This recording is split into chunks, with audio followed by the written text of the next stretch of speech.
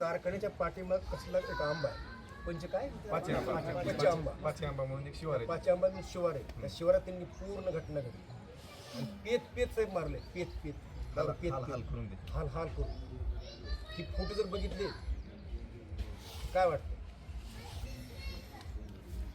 हा मारायचं आहे ना, शिरा टाकायचा, विषय कुठून टाकायचा, तर प्रांतात गेला असताना एकदम सगळे जे पोलीस कर्मचारी किंवा अधिकारी जे होते ते त्यांच्या कॉल डिटेल्स जर काढल्या तर सगळ्या गोष्टी लक्षात येतात.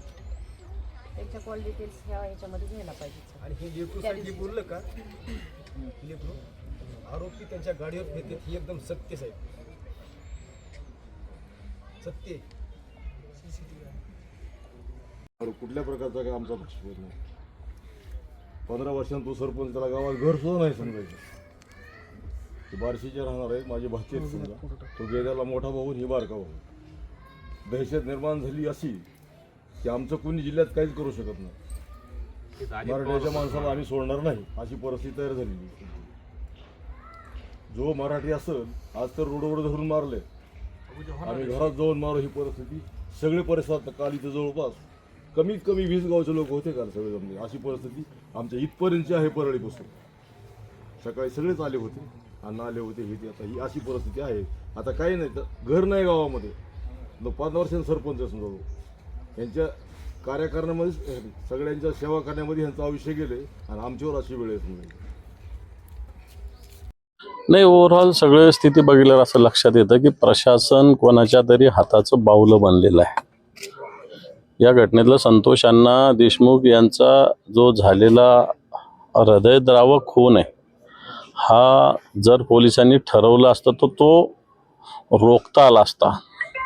परंतु इथं ज्या घटना कानावर येतात, आरोपी आणि पोलीसच एकमेकात मिळालेले आहेत.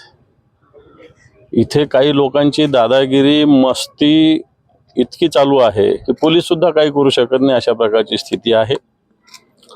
मग इथले मंत्री असतील, धनंजय मुंडे असतील जे माजी मंत्री आहेत, त्यांचे कोण जवळचे वाल्मिक कराड असतील, ही जी मंडळी प्रशासनाला काही समजतच नाही आहे. कोणी येणं, त्याच्यावर दादागिरी करणं, हम करे सो कायदा करणं. आणि याच्यातून एक संतोष अण्णासारख्या एक 15 वर्षापासून या गावचा सरपंच असलेला एक अतिशय फक्त सेवा आणि सेवा करणारा व्यक्ती आहे, याचा खून त्यांनी केलेला आहे. पोलीस 3-3 तास 3.5 तास पोलिसांनी तक्रार घेतलेली नाही या पोलीस स्टेशनमध्ये. 3.5 तास जो अपहरणाचा गुन्हा दाखल करणारा जो त्यांचा जवळचा व्यक्ती आहे त्याला 3.5 तास पोलीस स्टेशनमध्ये बसवलं आणि ज्यावेळेस त्याच्या खुनाची बातमी आली त्यावेळेस गुन्हा रजिस्टर करून घेतला. अशा प्रकारची स्थिती आहे. एवढं होऊन झाल्यावरही पोलिसांचा तपास अजूनही गतीनं नाही. अतिशय बॅकवर्ड एरिया टाईप तपास पोलिसांचा चालू आहे. पोलीस आपले महाराष्ट्रातले तसे अतिशय तांत्रिकदृष्ट्या पुढारलेले आहेत, परंतु या तपासामध्ये असा कोणताही तपास झालेला दिसत नाही. आरोपी अजून पूर्ण अटक नाही, त्यांचे मोबाईल जप्त नाही. पोलीस अधिकारी सुद्धा दोषी याच्यात. मी तर म्हणेल इथला PI कोण आहे त्याच्यावर सुद्धा गुन्हे दाखल झाले पाहिजे, कारण त्याला सगळं माहिती होतं. त्याला सुद्धा याच्यामध्ये आरोपी केलं पाहिजे. इथल्या PI ला सुद्धा आरोपी केलं पाहिजे याच्यामध्ये. आणि जे कोण वाल्मिक कराड वगैरे जी मंडळी आहे यांना सुद्धा याच्यामध्ये आरोपी केलं पाहिजे. यांच्यावर खंडणीचे गुन्हे दाखल होतात. हे राजरोसपणे इथल्या कंपनीच्या येऊन वॉचमॅनला मारहाण करतात, सगळ्या गोष्टी करतात. वाल्मिक कराड यांच्यावर फक्त खंडणीचा गुन्हा दाखल होतो. मला असं वाटतं वाल्मिक कराड असतील, इथले पोलीस स्टेशनचे PI असतील, यांना सुद्धा सह आरोपी इथं करण्याची आवश्यकता आहे. जर नाही केलं पोलिसांनी तर मला असं वाटतं अधिवेशन तोंडावर आहे. सरकारला दे माय धरणी ठाई केल्याशिवाय आम्ही राहणार नाही. बीडचं कुठंतरी बिहार होते अशी चर्चा या राज्यात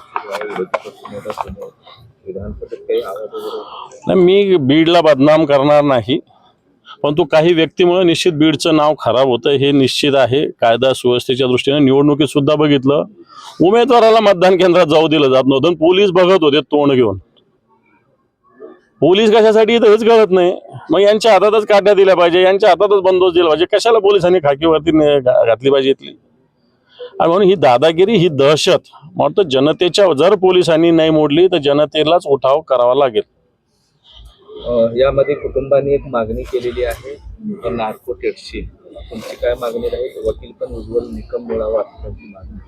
मला असं वाटतं जे पोलिसांना आवश्यक आहे आपल्या इथलेच पोलीस याच्यात तपास करण्याची आवश्यकता आहे. काही वेगळ्या यंत्रणा बदलण्याची गरज नाही. फक्त या जिल्ह्यातले इथले सोडून दुसरे कोणते तरी पोलीस चांगले अधिकारी इथं तपासासाठी आणण्याची आवश्यकता असं मला वाटतं. बाकी जे जे पोलिसांना योग्य वाटेल ते करावं, परंतु याच्यातले मुख्य आरोपी अजूनही पोलिसांनी अटक केलेले नाही. त्याच्या पाठीमागचा मास्टर माइंड सांगितलं मी. गावकऱ्यांची मागणी बिलकुल सगळं पोलिसांनी या सगळ्या याच्यात जे जे आरोपी अटक झाल्यानंतर त्याच्या CDR रिपोर्ट्स येतील. अपहरण झाल्यानंतर पोलिसांना संतोष अण्णांच्या भावानी नातेवाईकांनी संपर्क साधलेला आहे. ते 15 मिनिटात येईल, 20 मिनिटात येईल, 30 मिनिटात येईल, 40 मिनिटात येईल सांगत होते. 3.5 तास संतोष अण्णा इथं आले नाही. शेवटी त्यांचं प्रेत इथं आलं. याचा अर्थ पोलीस अधिकाऱ्यांना ते कुठं आहे काय आहे याचे डिटेल्स होते आणि त्याच्यामुळे याच्यातले मास्टर माइंड जे पोलीस अधिकारी आणि त्यांच्या मागे जे कोणी व्यक्ती आहेत तिथे त्यांना अटक झाली पाहिजे, त्यांच्यावर कारवाई झाली पाहिजे.